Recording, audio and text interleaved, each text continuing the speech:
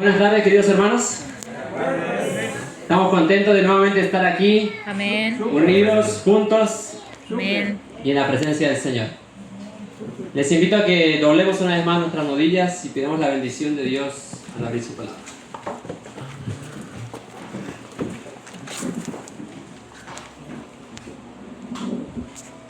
Padre que estás en los cielos, Señor, una vez más venimos en busca de tu auxilio, porque tú tienes palabras de vida. Eres tú quien intercede por nosotros. Eres tú el que estás más anheloso de que en este momento tengamos un encuentro contigo. Por eso pedimos que tu Santo Espíritu se manifieste no solamente entre nosotros, sino también en cada uno de nosotros, en cada corazón, y especialmente con la temática de esta tarde, en el corazón de los jóvenes. Te lo suplico todo en el nombre de Jesús. Amén. Amén. Como mencioné en la oración, ¿sí?, quiero que vayamos a las Escrituras y veamos cuál es el plan de Dios para los jóvenes en esta generación final. Como ya vimos en esta madrugada, Dios va a obrar un gran cambio en su iglesia, en su pueblo. Dios va a tomar a su pueblo, lo va a zarandear y lo va a llevar finalmente a la victoria en contra de la bestia, la imagen y la marca. Y dentro de esos planes, Dios tiene un propósito especial para los jóvenes. Quiero que abramos nuestras Biblias en Amós, capítulo 2, versículo 10. Tremendo. Amós, capítulo 2, versículo 10. Lo tenemos también en pantalla para aquellos que no tienen sus Biblias a disposición. Y aquí encontramos una declaración que nos apunta a cómo Dios dirige a su pueblo. Lo dirigió en el pasado y ciertamente lo está dirigiendo hoy, hasta el fin del mundo, dijo Jesús. Amós 2:10 dice: y a vosotros, hablando de su pueblo, os hice subir de la tierra de Egipto y os conduje por el desierto 40 años, para que entraseis en posesión de la tierra del amorreo. Dios entonces condujo a su pueblo y hoy Dios está conduciendo a su iglesia. ¿Y cómo es que Dios conduce a su pueblo? ¿Cómo es que Dios está conduciendo a su iglesia? En el versículo 11 nos dice: y levanté de vuestros hijos, ¿para qué? Para profetas. Y de vuestros jóvenes, ¿para que fuesen qué cosa? Nazareos. O sea, la forma en que Dios conduce a su pueblo, la forma en que lo ha hecho en el pasado y lo hace en el presente, es por medio de instrumentos humanos, líderes que Dios pone en su pueblo para guiar, para decir cuál es la verdad, para trazar las escrituras y para que cada uno pueda decidir si seguir esa verdad o no. Líderes. Y ahí entran los profetas. Pero lo que quiero enfatizar de este versículo es que dice que Dios levantó de los jóvenes, para que fuesen, ¿qué cosa? Nazareos. ¿Qué era un nazareo? En la Biblia encontramos acerca de los nazareos en Números capítulo 6. Vamos a abrir, y mejor dicho, vamos a ir a este texto, porque este es el plan de Dios para los jóvenes en la generación final, para nosotros. Yo todavía me incluyo, ¿sí? Números capítulo 6, versículo 8, dice, Números 6, 8: todo el tiempo de su nazareato será santo para Jehová. Entonces, el nazareo era, como ustedes mencionaron, Apartado. Aquel que se apartaba, que se consagraba para Dios, para las cosas de Dios. Y por ende llegaba a ser un instrumento de Dios para conducir a su pueblo. Lo hizo en el pasado y lo quiere hacer hoy Dios, a través de cada uno de los jóvenes que estamos aquí presentes.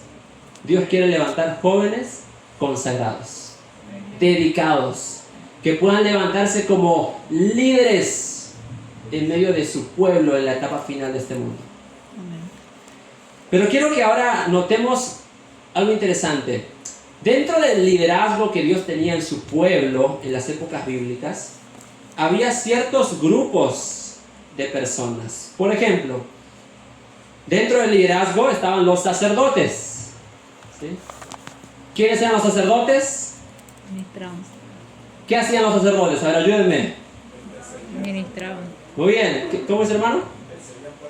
Intercedía. Muy bien. El sacerdote es aquel que representa al pueblo delante de Dios. ¿Y dónde ministraba el sacerdote? En el santuario. En el santuario. Solo el sacerdote podía ministrar en el santuario. Solo el sacerdote podía ofrecer los sacrificios. Solo el sacerdote tenía derecho al diezmo. Ahora, ¿quién podía ser sacerdote? ¿Será que un niñito podía crecer y decir, yo quiero ser sacerdote? Entonces iba a la escuela y se hacía sacerdote. No. ¿Quién podía ser sacerdote, hermanos? Los levitas. Muy bien, los hijos de Aarón, de la tribu de Leví, aquellos que Dios escogió y sus descendientes, ellos podían ser sacerdotes. Era por la sangre, ¿sí o no? No cualquiera podía ser sacerdote, solo por la sangre. Siguiente punto, ¿será que las mujeres podían ejercer el sacerdocio? No. En la Biblia No. dice claramente que no. ¿Quiénes tenían sacerdotisas? Los paganos. Las naciones paganas, los idólatras. En el pueblo de Dios el sacerdocio era para Hombres. el hombre. Dios lo designó así. Entonces, si querías ser sacerdotes, aunque tú quisieras, no podías. Tenía que ser por la sangre. Los hijos de Aarón. Los sacerdotes son los que ministraban en el santuario. Nadie más podía ministrar en el santuario. Y solamente estaba este ministerio para los hombres. Ahora vamos a ir a otro grupo de líderes, porque había diferentes grupos de líderes en el pueblo de Dios en las épocas bíblicas. Los profetas. ¿Cómo era designado un profeta? Por Dios. ¿Por la sangre? No. Si su papá era profeta, entonces él era profeta. No, entonces ¿cómo era designado un profeta? Escogido por Dios. Dios lo llamaba, Dios lo elegía, Dios lo seleccionaba, sin importar de qué familia, grande, pequeña, de qué sangre viniera, Dios lo elegía. Esos son los profetas. ¿Será que los profetas podían ministrar en el santuario? No. ¿Sí? ¿Como un sacerdote? Había profetas que sí eran sacerdotes. Habían profetas. ¿Sí? Eran los dos, sacerdote y profeta. ¿Sí? Como Samuel. Pero no por el simple hecho de ser profeta podía entrar en el santuario y tomar el incensario y entrar en el lugar santísimo y hacer las cosas que solamente Dios le puso para los sacerdotes. ¿Será que el ministerio de profecía era solamente para hombres? No. ¿Sí o no? No. No. No. Había mujeres. ¿Las mujeres podían ser profetizas? Sí. Sí. ¡Claro! Débora. ¿Sí? Entonces también hay un lugar ahí para las hermanas. ¿Sí? Y ahora vamos al tercer grupo. Los Nazareos. nazareos. ¿Qué es lo que Dios quiere para nosotros como jóvenes? Ser nazareos. Que seamos Nazareos. nazareos. Para conducir a su pueblo en la última batalla. Pero qué tristeza que cada vez hay menos jóvenes en la iglesia. Qué cosa. Qué tristeza que cada vez hay menos jóvenes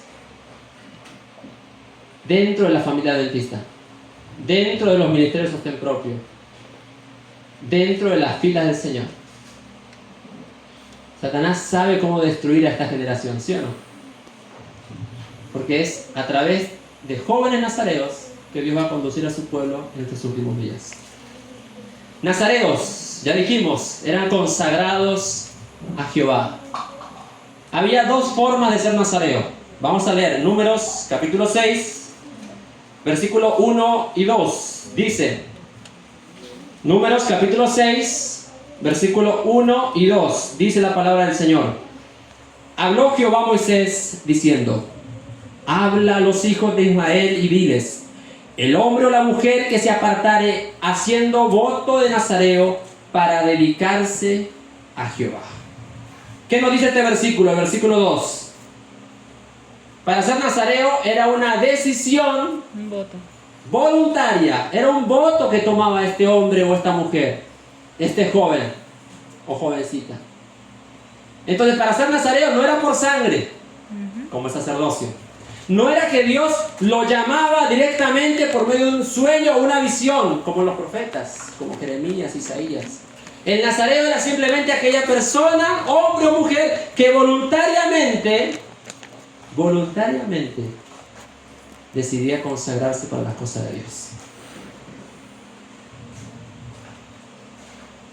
Si queremos ser nazareos, hay que tomar una decisión voluntaria. Si estamos esperando que nos llamen, si estamos esperando una visión, si estamos esperando que sea porque mi familia va, yo voy, no es de esa forma. El nazareo podía llegar a ser de dos formas o de dos maneras. Primera manera, una decisión personal, ya con conciencia, ¿ok? Entonces aquí, los jóvenes que estamos aquí, si tú tomas tu decisión personal, tú puedes ser consagrado y Dios va a usarte para hacer grandes cosas en su obra. Amén. Pero también había otra forma de ser nazareo. ¿Cuál era la segunda forma o manera? ¿Alguien sabe? El nacimiento, ¿no? De nacimiento, exactamente. En la Biblia hay 3 nazareos de nacimiento. ¿Alguien sabe quiénes son? Sansón. Muy bien, Sansón. ¿Cuál más? Jesús. No, Jesús será nazareno, no nazareo. Sí. Juan el Bautista, muy bien. Falta uno más. Sansón, Juan el Bautista, hay uno más. Ayúdanos con qué. Bueno, ahora vamos, más adelante vamos a ver. Sí. Vayan pensando, si alguien sabe, levanta la mano. Entonces, el nazareo podía ser por decisión personal, no necesitaba un sueño, una visión especial, no. Tenía su corazón y se dedicaba al Señor. ¿Ok? Era abierto para todos. Queridos hermanos, eso es lo que falta hoy en nuestra iglesia.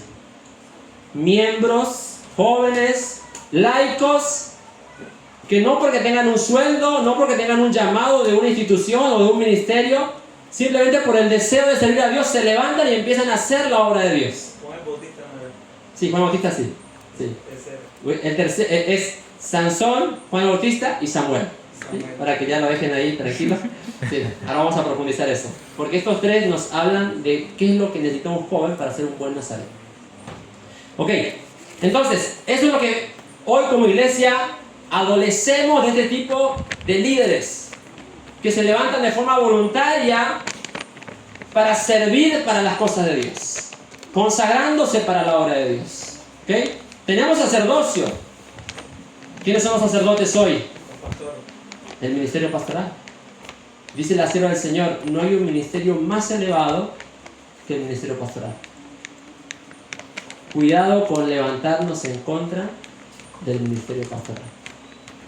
Si ni David mismo, cuando Saúl lo estaba persiguiendo, levantó su mano contra el rey Saúl. ¿Cómo voy a levantar mi mano contra el ungido de Jehová? Pero muchas veces hoy lo hacemos con nuestras palabras y declaraciones, con nuestras acusaciones. Hermanos, el sacerdocio lo vemos hoy en el ministerio pastoral. ¿Ok? ¿Y los profetas? Sí, tenemos los escritos del Espíritu y profecía. Dios levantó su profetisa en este tiempo. Pero ¿saben lo que hace falta? Más nazareos. Más jóvenes nazareos que puedan conducir a la iglesia del Señor. Entonces, ¿era una decisión voluntaria o de nacimiento? ¿Sí? Es un punto importante porque yo sé que aquí hay muchos que hemos nacido en la fe adventista. No es casualidad que tú hayas nacido en la fe o en una familia con la fe adventista. Es un llamado de Dios. ¿Ok? 8.000 millones de personas. De esos 8.000 millones de personas, 23 millones solamente son adventistas. De esos 23 millones que son adventistas, ¿cuántos en verdad conocen el mensaje y buscan vivir ese mensaje? Y tú naciste en una familia que está tratando de vivir ese mensaje con todas sus imperfecciones. Ese es un llamado de Dios. Nazareo de nacimiento. Los nazareos no ministraban en el santuario. Hay que diferenciar eso. Y los nazareos podían ser hombres y también podían ser mujeres. Sí. hombres y también podían ser mujeres. Pero ¿qué dice Amós capítulo 2, versículo 12? Lean el texto, miren en pantalla. Dice así: mas vosotros disteis a beber vino a los nazareos. Porque dentro del voto del nazareo, que pueden leerlo en Números capítulo 6, había algo que ellos no podían tomar ni consumir. Beber vino, ni sidra. Vino, ni sidra, ni nada del fruto de la vid. ¿Qué más no podía hacer un nazareo? Cortarse el pelo. Cortarse el cabello. Ahí está Sansón. No se podía cortar el cabello el nazareo. Y había uno más. ¿Alguien se acuerda? No podía tocar a un muerto. ¿Sí? Era parte de su voto, que apuntaba a una pureza espiritual y ceremonial. Queridos hermanos, ¿qué es lo que dice aquí? Vosotros le disteis a beber vino a los nazareos. Y a los profetas mandasteis diciendo, no profeticéis. Tenemos un problema, queridos hermanos, en nuestra juventud hoy como pueblo. Sabiendo o no sabiendo, estamos entregando a nuestros jóvenes, a nuestros adolescentes, a nuestros niños, al vino de Babilonia. Cuando los entregamos a una educación donde no está como base la palabra de Dios. Cuando dejamos que nuestros niños sean entregados a las escuelas públicas, están recibiendo el vino de Babilonia. Sí. Cuando en nuestra familia, en nuestra casa, no hacemos oído al mensaje de salud, estamos aceptando el vino de Babilonia, porque eso fue lo que le dio Babilonia a Daniel y a sus amigos cuando llegaron. Una alimentación que iba a destruir su salud, iba a anular su mente y los iba a separar del Señor.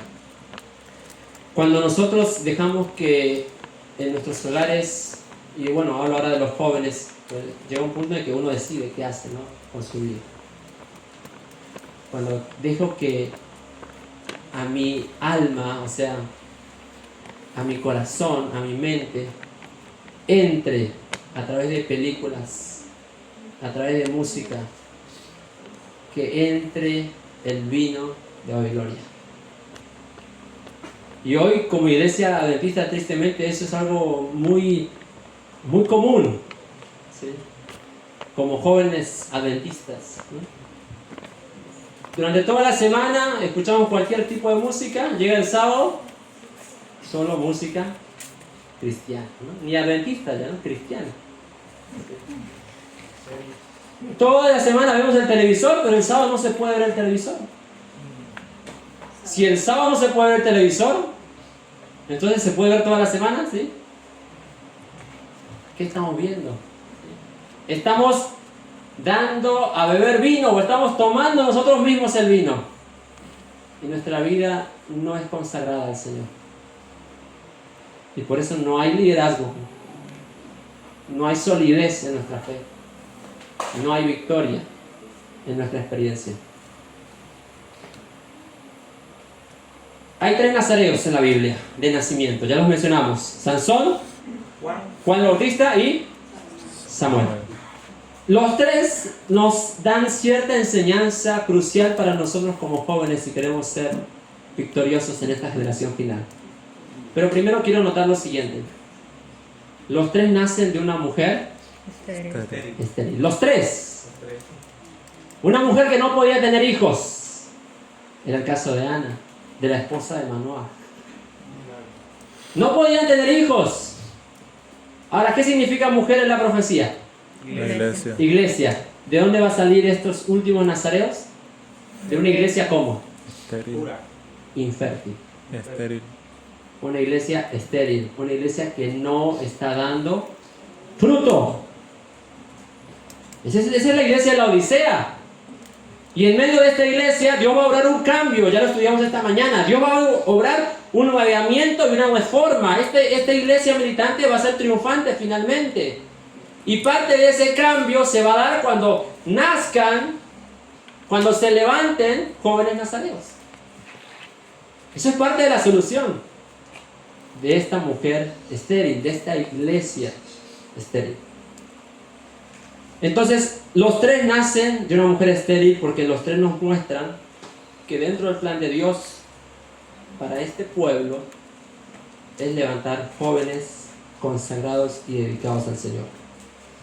Dios quiere obrar un milagro en tu vida para que seamos ese tipo de joven. Ahora, algo que quiero mencionar también importante es que en los tres casos de Sansón, Samuel y Juan Bautista, Dios le comisionó de forma especial a los padres la educación de sus hijos. ¿Sí o no? ¿Qué le dijo el ángel, ¿sí?, a Manoa y a su esposa?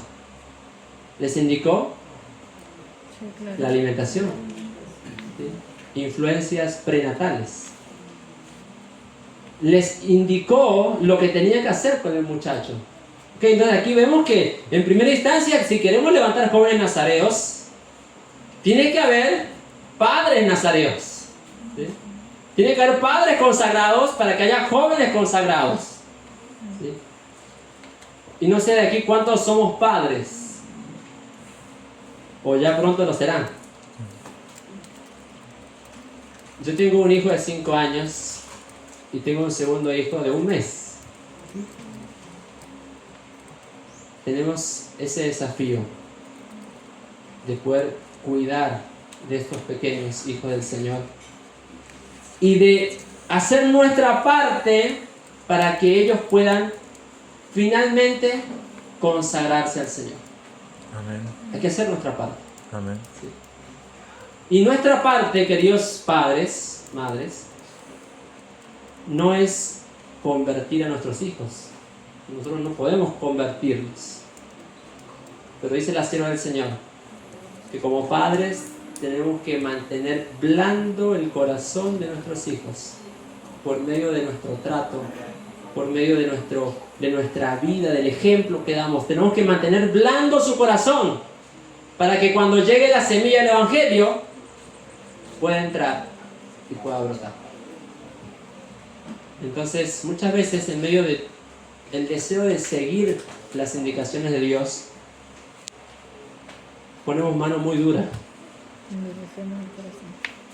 Con el deseo de cumplir las indicaciones que nos dio el Señor, no tomamos un espíritu correcto. Necesitamos mucha sabiduría y la dirección del Espíritu Santo cada día para que en nuestra vida se manifieste que hay un gozo y una satisfacción de seguir a Cristo. De que hay una humildad para reconocer cuando nos equivocamos. Y a través de eso Dios quiere que mantengamos blando el corazón de nuestros hijos para que cuando llegue la semilla del Evangelio ellos puedan decidir. Entonces tenemos un labor como padres. Vamos a hablar del primer nazareo, Sansón. Sansón nos muestra que aunque un padre haga todo su esfuerzo, finalmente la decisión es del hijo. Y Sansón tomó su decisión. Y quizá en esta tarde, algunos que nos encontramos aquí como jóvenes podemos identificarnos con la vida de Sansón por las decisiones que quizá hemos tomado o estamos tomando. En Jueces capítulo 13, ahí nos habla del nacimiento de Sansón. Versículo 5, para que sea textual lo que ya hemos mencionado. Jueces 13:5 dice: pues he aquí que concebirás y darás a luz un hijo, y navaja no pasará sobre su cabeza, porque el niño será nazareo a Dios desde su nacimiento. Desde el vientre. Y él comenzará a salvar a Israel de mano de los filisteos. Ahora, noten cómo el símbolo de la mujer estéril era simplemente una expresión de cómo estaba el pueblo. En la época de Sansón, cuando él nace, el pueblo Estaba oprimido por sus enemigos porque habían dejado al Señor. En la época de Samuel, también el pueblo había dejado al Señor. En la época de Juan el Bautista también. ¿Sí? Y hoy es lo mismo. Y ahí es donde Dios llamó a Sansón para salvar, para liberar a Israel de la mano de los filisteos.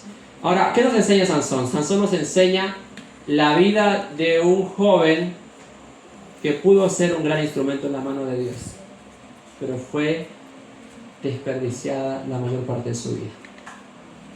¿Y por qué? Jueces capítulo 14, versículo 1, nos da algunos puntos de la caída de Sansón. Jueces 14:1 dice: descendió Sansón a Timnat y vio en Timnat a una mujer de las hijas de los filisteos. ¿A dónde fue Sansón? A Timnat, Timnat. ¿Dónde era Timnat? ¿Qué era Timnat? Una ciudad. una provincia de los filisteos. ¿Era una ciudad de quién? De los filisteos. De los filisteos. No de Israel. Entonces, primer punto para nosotros, queridos jóvenes: ¿a dónde estamos yendo? Sansón fue al lugar equivocado. Y noten que aquí fue él el que descendió, ¿sí? No fueron sus padres. ¿Ok? Problema hay cuando nosotros como padres llevamos a nuestros hijos a Timnat. Cuando los metemos, ¿sí?, en ambientes donde la sierva del Señor dijo que no debemos poner a nuestros hijos. Es un problema grave para nosotros como padres. Pero aquí Sansón, ya de una edad adulta, decidió descender a Timnat. Queridos amigos jóvenes, ¿será que estamos descendiendo a Timnat? ¿Qué estamos viendo en nuestro teléfono? ¿Por dónde estamos navegando? ¿Qué sitios web estamos frecuentando? ¿Qué plataformas? El dragón ha descendido con gran ira sabiendo que le queda poco tiempo. Y nos ha llenado en esta época de tantos entretenimientos, de tantas diversiones, de tantos placeres tan fáciles. Lo que antes era ir a un teatro, ir a un cine, ahora ya es todo solamente un clic. Eso es plan de Satanás para destruirnos. Sansón descendió a Timnat porque Sansón pensó que no le iba a hacer ningún mal, porque él era fuerte, porque él sabía que ellos eran finalmente sus enemigos, y él decía: en cualquier momento yo me opongo. Él pensó que no le iba a pasar nada. Y dice el versículo 1 que vio en Timnat a una mujer de las hijas de los filisteos. Segundo punto, ya dijimos, el primero, lugar equivocado. Sea físico o virtual, lugar equivocado. Segundo punto, compañías equivocadas. Compañías equivocadas. La vida de una persona, y esto es para nosotros como padres, se determina por tres cosas. Tres cosas determinan cómo va a ser la vida, tu vida, o cómo va a ser la vida de tus hijos, según el Hogar Cristiano, capítulo 1. Dice el Hogar Cristiano que las compañías frecuentadas, los hábitos adquiridos y los principios adoptados es lo que va a determinar la influencia en el futuro. Hay tres cosas importantes, tú como padre y tú como joven. Primero, hábitos. El hábito de hacer el culto personal. Desde pequeño a tu hijo tienes que darle ese hábito. Es parte del día, familiar y personal. ¿Okay? Mi hijo desde los 2 años él hace su culto personal. No sabe leer. ¿Sí? No sabía leer. Simplemente yo lo hacía sentar, toma este librito, vas a ver las imágenes, vas a orar y listo. Para él ya es un hábito. Se levanta y hace el culto. Es un hábito. ¿Sí? Es importante que él entienda que hay un espacio para Dios y él personalmente donde yo no estoy. Ese es un hábito. Y después el culto familiar. Y después la comida, el tiempo de trabajo, de tareas para la casa. Son hábitos que tú como padre tienes que inculcar hábitos sanos, ¿sí? Que no sea que tengan el hábito de ver televisión, que no sea que tengan el hábito de tomar el teléfono y navegar y ver esto y ver lo otro. Eso no es un buen hábito. Hábitos, pero también compañías, porque unos buenos hábitos, si no van ligados a buenas compañías, buenas influencias, esos hábitos van para atrás. Hay que buscar buenas influencias para nuestros hijos, ¿sí? Y por último, principios. ¿Qué significa esto? Llega un punto en que el niño, la niña, el adolescente, tú mismo tienes que adoptar en tu mente, en tu forma, en tu cosmovisión, en la forma en que ves las cosas, tienes que adoptar los principios bíblicos. Y ahí es cuando nosotros como padres tenemos que explicar a nuestros hijos por qué hacemos esto, por qué hacemos aquello. El principio que va atrás de la norma. El problema es cuando solamente le transmitimos al hijo las normas, ¿sí? Haces esto y no haces aquello, pero no le explicamos el por qué, el principio que está detrás. Y eso es solamente por obra del Espíritu Santo, que ese principio finalmente puede adquirirse en el corazón y puede llevarlo finalmente a tomar decisiones diferenciando entre lo bueno y lo malo. Bueno, Sansón, volviendo a Sansón. Gracias. Primero, lugares equivocados. Segundo, compañías equivocadas. Y tercero, vamos a leer el versículo 2. Y subió y lo declaró a su padre y a su madre diciendo: yo he visto en Timnat una mujer de las hijas de los filisteos. Os ruego que me la toméis por mujer. ¿Cuál es el tercer punto equivocado de Sansón? Elección de una pareja. La pareja equivocada.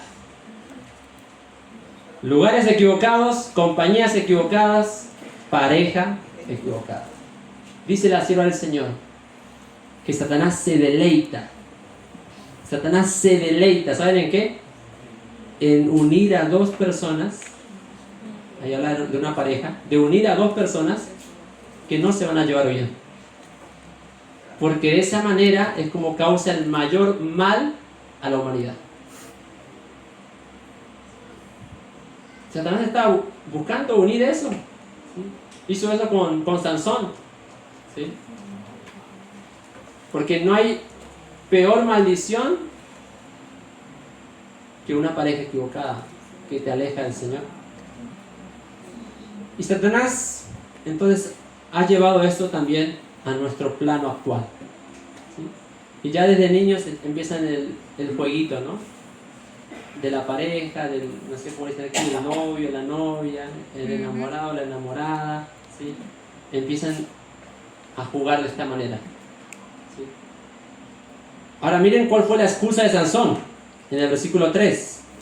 Y su padre y su madre le dijeron: no hay mujer entre las hijas de tus hermanos ni en todo nuestro pueblo para que vayas tú a tomar mujer de los filisteos y incircuncisos. Y Sansón respondió a su padre: tómame esta por mujer, porque ella Es la que me gusta. me agrada. Le agradó a los ojos. A mis ojos. Y esta es la base de la mayoría de los enamoramientos que hoy se dan, incluso dentro de la iglesia. ¿Sí? Ella me gusta, él me gusta, ¿sí? Me agrada a los ojos, lo exterior, pero no se busca la dirección de Dios, porque Dios mira el corazón. Dios mira el corazón. Y queridos hermanos, cuando un joven, cuando una señorita cae en este engaño de la infatuación, no puede consagrarse a las cosas de Dios.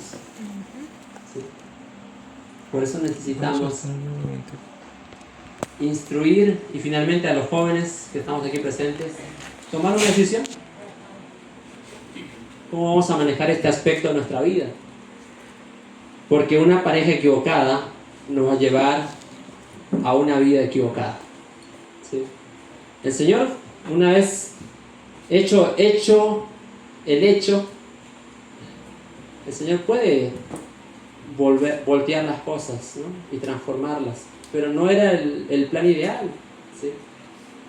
Pero ahora, antes de eso, podemos evitar. Claro. Podemos dejar que el Señor vaya transformando y guiando nuestra vida en este ámbito también, en el lado sentimental. ¿Sí? Cuando yo entregué mi vida a Dios a los 16 años, yo empecé a entender este punto. Y entonces yo tomé una decisión. Yo dije, Señor, a partir de ahora voy a esperar hasta que tú traigas a la mujer que tú tienes para mi vida. Voy a esperar. No voy a estar buscando, metiéndome, viendo, ¿sí?, la que agrada a mis ojos. No, voy a esperar. Y yo tomé esa decisión. Y Dios fue guiando. Yo no sabía cómo lo iba a hacer, pero Dios fue guiando. Al año y medio yo llegué a Bolivia y conocí a una señorita que venía precisamente de Colombia. Fuimos compañeros en el seminario, en el curso, 2 años. Durante esos 2 años la fui conociendo, fui viendo cómo era ella, su proyección de vida, ¿sí?, la decisión de seguir a Cristo. Y en mi corazón tenía un sentimiento hacia ella, ¿no? ¿Sí? Desde el comienzo que nos conocimos. Pero entonces yo empecé a hacer lo siguiente. Cuando empecé a notar este sentimiento, yo tenía como cierta duda de qué hacer. No sabía qué hacer. Yo quería que Dios dirija esto, pero no sabía cómo lo iba a dirigir. Y entonces yo empecé a orar de esta manera. Yo dije, Señor, si este sentimiento que yo tengo en mi corazón hacia esta hija tuya, si es tuyo, entonces ayúdame a esperar a que sea el momento. Yo tenía 17, ella tenía 16. ¿Será que era el momento en ese momento? No. No era el momento, ¿verdad? ¿Saben lo que dice la sierva del Señor acerca de cuándo es el momento? ¿A qué edad? ¿Alguien sabe la cita?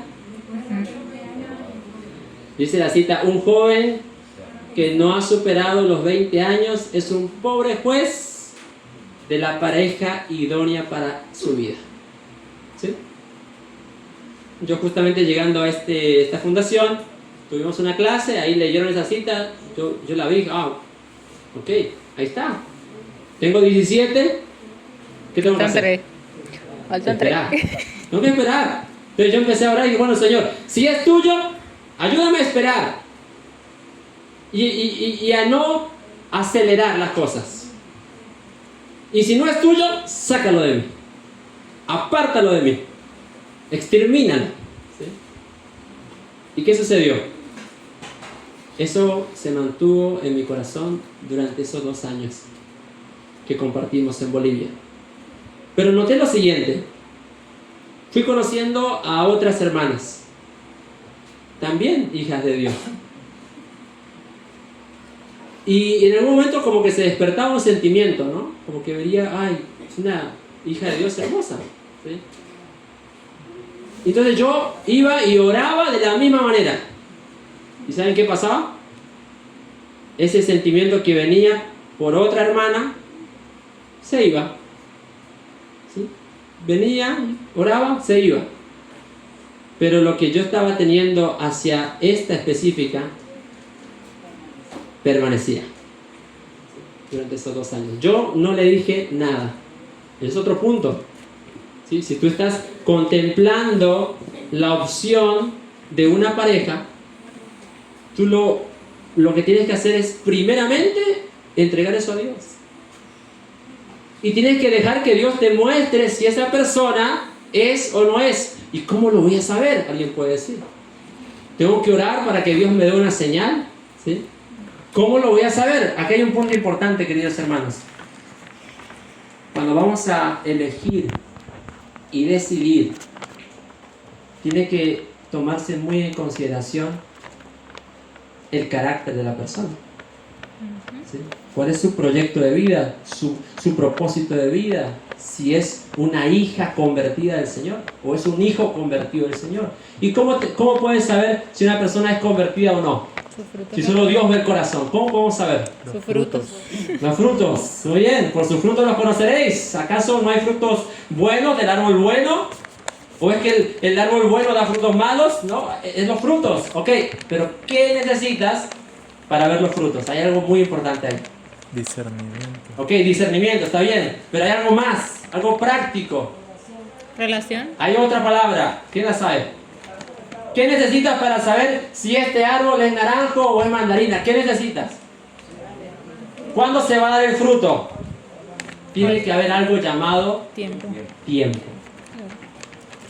Entonces tú vas a un congreso, quizás este congreso, y tú ves a una hermana que ayuda en la cocina, que canta bonito, y tú la conoces en ese congreso y tú ya piensas, es ella, porque yo estoy orando y es ella, pero la acabo de conocer. ¿Qué necesitas? Tiempo. Tiempo, para que se muestre el fruto, Claro. si es fruto bueno o fruto malo. Observar cómo trata, en el caso de los hombres, si tu hermana está considerando un hombre, cómo trata a su madre, dice la Señora del Señor, cómo trata a su madre, observa. ¿Sí?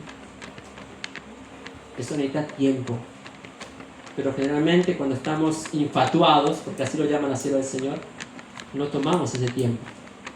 Sansón no tomó ese tiempo. Sansón descendió a Timnat, vio a esta mujer y dijo, es ella porque es la más bonita. ¿Y qué va a pasar cuando no sea bonita? Ya no es ella entonces. Cuando nuestra elección se basa en lo exterior, estamos siendo engañados. Entonces, volviendo a mi historia, brevemente, porque esto es parte de un seminario que a veces yo doy de una semana para jóvenes, ¿sí? Pero algo más breve. Yo la conocí, empecé a orar por ella, empecé a notar que Dios como que estaba mostrándome que sí podía ser ella, porque el sentimiento permanecía. Y en ese tiempo yo estaba observando. Y en ese tiempo de observación yo no le conté a nadie, yo no le conté a ningún amigo. Porque cuando tú cuentas, ¿qué pasa? Eso, Comienza la como cantaleta. pólvora, ¿no? ¿Sí? Todos empiezan a comentar. Yo no le comenté a nadie, solamente con Dios. Y yo mantenía mi distancia con ella. A tal punto que ella nunca se enteró, en esos 2 años, que había un interés. Éramos amigos, compartíamos la mesa, estudiábamos. Y entonces acabaron esos 2 años y me llega una noticia. Se van para Colombia de vacaciones y quizá no vuelven. Esa era la noticia, ¿no? Quizá no vuelven. Entonces yo estaba ahí en la disyuntiva. ¿Qué hago, no? ¿Le digo o no le digo? ¿Sí? Porque quizá no la voy a volver a ver. ¿Sí? Se va y no vuelve. Y entonces yo estaba orando diciendo, Señor, ¿qué hago? Pero yo todavía no tenía la convicción de que era el momento de declararme. No tenía esa convicción. Entonces, finalmente decidí no declararme. Pero, para calmar un poquito mi corazón, le obsequié un libro, una pequeña dedicatoria. Pero para que no sospechen, le obsequié un libro a toda la familia. Porque estaba toda la familia ahí en Bolivia, ¿no? El papá, la mamá, ella, su hermana y su hermano. A todos le obsequié un libro, ¿no? Diferentes. Y el de ella tenía una dedicatoria. Todos tenían dedicatoria, pero ese tenía Una algo dedicatoria un poquito especial. más Elaborado. especial. Pero bueno, el punto es que ellos viajaron y al final, ¿será que volvieron? No volvieron. Y cuando no volvieron, yo tuve mi primer chasco. Porque yo dije, esto quizás no era. Quizás no era porque no volvieron y ahora ya yo tampoco voy para allá. ¿Sí? Si Dios me está diciendo que tengo que estar acá. Y entonces sucedió, eso fue en el año ya 2015, 13 y 14 estuvimos juntos en Bolivia, 15 vinieron para acá y no volvieron. yo me quedé en Bolivia y cerca de mitad de año del 2015 me llegó otra noticia. ¿Sí? No sé cómo llegaban noticias, no había señal, ¿sí? No hablábamos, pero bueno, me llegó por otros intermediarios. ¿Cuál era la noticia? Daniela, así se llama esta señorita. ¿Sí? Daniela está comprometida con un misionero. Se van a casar. Esa fue la noticia que me llegó. Imagínense cómo me sentí. Más chasqueado todavía. Dije, ahora sí, ya sé que no es de Dios. Y yo dije, Señor, está bien, ¿sí? Lo acepto. Mejor que esté lejos, ¿sí? No tengo que verlo. Pero ¿saben qué pasó? Seguía en mi corazón el nombre de Daniela, ¿sí? Seguía ella. Y después de unos meses llegó otra noticia. No se van a casar. Y ahí empecé a ver que esto se estaba dando vueltas, ¿no?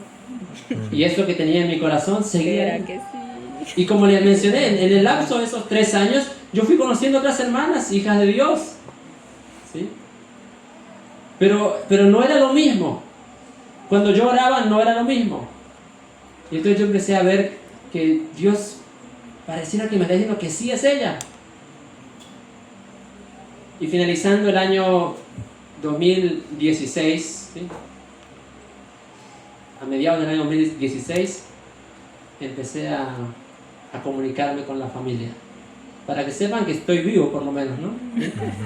Tenía buena relación con sus papás, entonces yo les llamé primero a ellos para ver cómo estaban. ¿Sí? Y ya el año 2016, diciembre del año 2016, ahí ya tuve la convicción de que tenía que declararme. Entonces yo estaba en Bolivia, ella estaba en Colombia, ¿sí? Ya tenía 21 años, y dije, bueno, ahora sí es el momento, ¿sí? Entonces yo le llamé al papá de ella, ella vivía con sus padres, entonces por respeto a sus padres, le llamé a él. Y yo le dije, hermano, ¿no? Gerardo se llama, hermano Gerardo, como ya mencioné, éramos amigos en Bolivia, compartíamos porque a él le gustaba mucho estudiar, a mí también, pues estamos bien, ¿no? Hermano Gerardo, le dije, quiero hablar con usted. Es que quiero hablarle sobre una hermana, estoy orando por una hermana. ¿Sí? Y el hermano Gerardo me dijo, claro, ¿sí? Hablemos, ¿sí? Yo voy a ayudarte, ¿no? Yo voy a orar por ti. ¿Sí? No sabía que era su hija.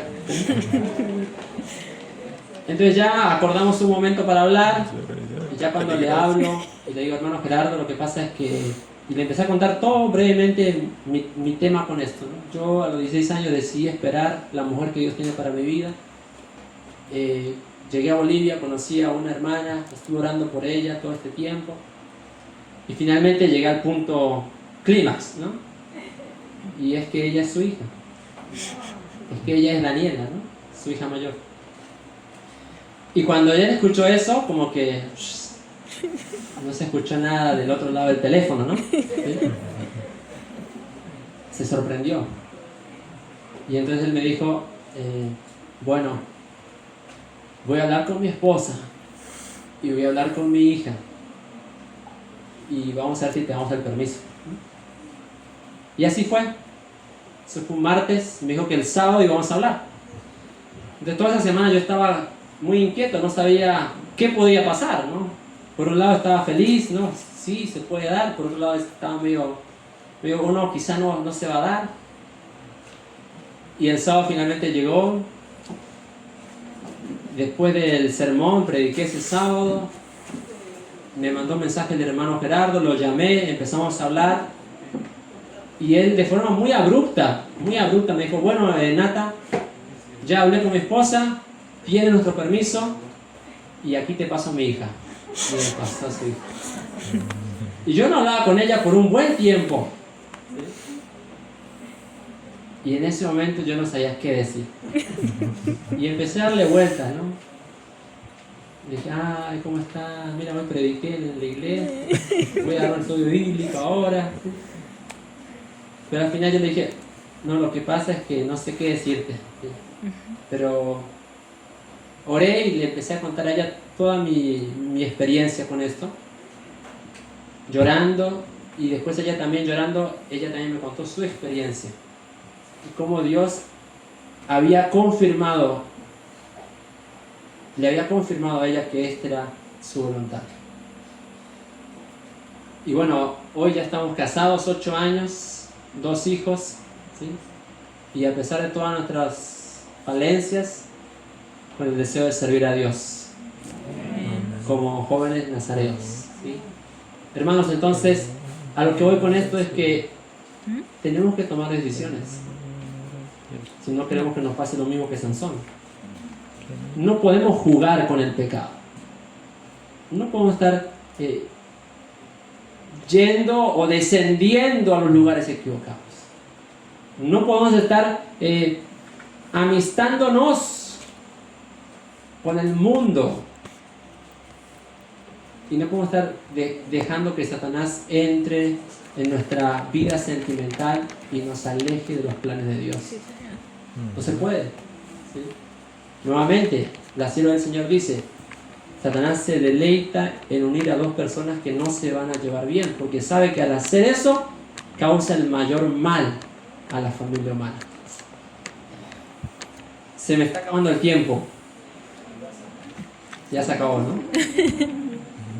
Entonces, por último tenemos a Samuel y Juan el Bautista, ¿sí?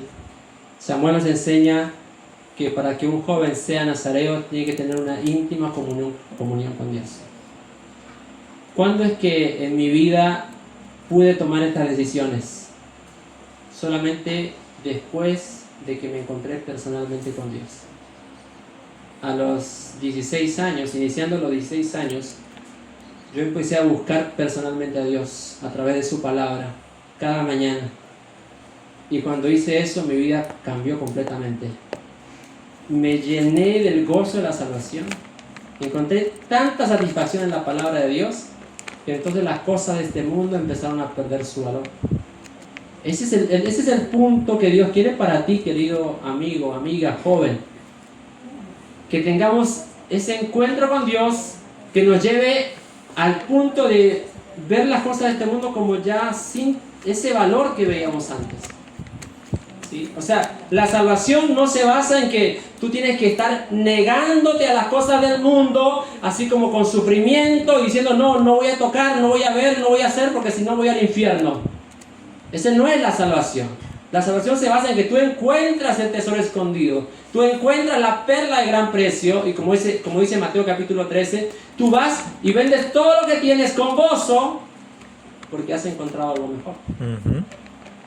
Y esa es la base que tiene que haber cualquier transformación de vida. Amén. Samuel nos apunta a eso. Y finalmente Juan el Bautista nos presenta que tenemos un mensaje que dar. Tenemos que levantarnos a predicar. Tenemos que enseñar y finalmente llevar a las personas a aceptar a Cristo por medio del bautismo. Tenemos que salir a evangelizar, a preparar al mundo para la segunda venida. Entonces, queridos hermanos, especialmente jóvenes, ¿qué decisión vamos a tomar?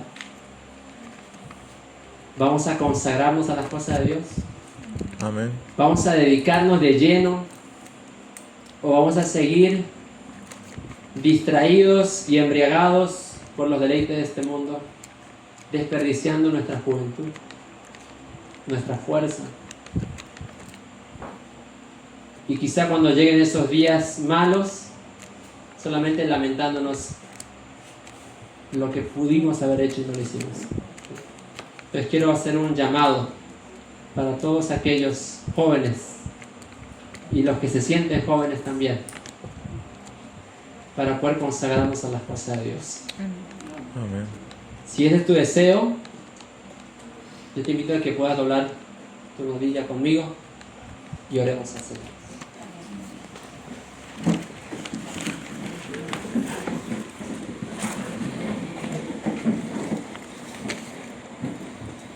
Padre amante, Señor, tú conoces nuestro corazón, tú sabes cómo el enemigo nos ha desviado de tus propósitos.